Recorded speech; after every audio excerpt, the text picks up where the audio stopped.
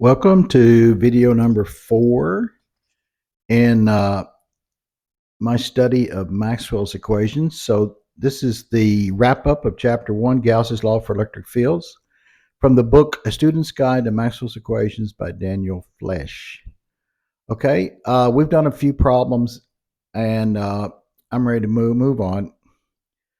So in this chapter, we were first introduced to Gauss's law on the integral of the form, which said that the total flux of the electric field is equal to the surface integral of the inner product of the electric field with the surface normal times a infinitesimal area.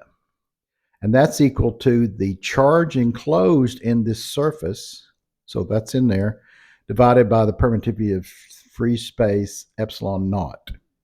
Okay? We did some problems. Next, we were introduced to Gauss's law in the derivative form, which says the del operator inner product with the electric field is equal to the volume charged to density divided by epsilon naught. Now, when I was goofing around with these, I noticed, what do these things have in common? Well, they have the electric field, but you can't really get that out of there. But they have this, epsilon naught, in both equations. Well, what if I just solve for that? So I solve for epsilon naught here. I take the first equation we looked at, solve for epsilon naught there. Well, if this is equal to epsilon naught and that's equal to epsilon naught, that means they must be equal to each other. So I put them equal to each other. And I got something funny looking. And I said, hey, let's just rearrange everything.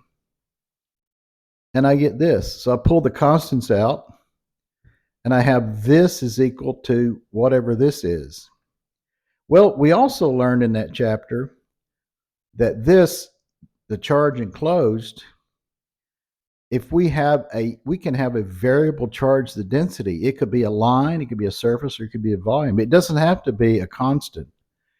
And if you have that, a variable charge, the density, then you must use the integral form of the Q enclosed.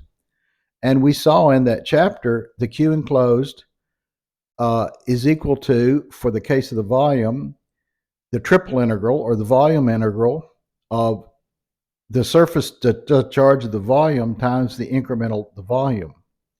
Well, we can now use that up here. So we can put this back in here, and we get this. Okay, the rows will cancel. Now we got this. What if we take this to the other side? We get this, which relates the triple integral, the volume integral of this function with the surface integral of this function. Well, what the heck is this? Well, it turns out to be very famous. It's known as the divergence theorem, or Gauss's the theorem. And it's named after Gauss, but it was actually developed by Lagrange many, many years before Gauss. And why it has his name and not Lagrange's name, I do not know.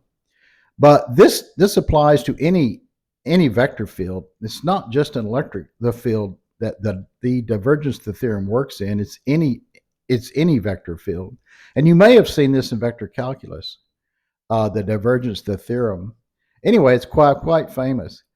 So I got interested in this and the history of all of this, and where does Gauss's law come from? And the history is really, really rich. It started from the experiments of Coulomb, and then the refinement of that by Faraday, and then Maxwell picked up on Faraday's work and turned it into mathematics. It's really, really fascinating. I encourage anyone to read about it or watch the videos about it. I know that the YouTube channel Kathy Loves Physics has a very, very good, the video is quite long, but it's good, about the history of Gauss's law. So anyway, I'm going to wrap up chapter 1, and we're going to move on now to chapter 2, which is Gauss's law of magnetism. Very exciting. See you later.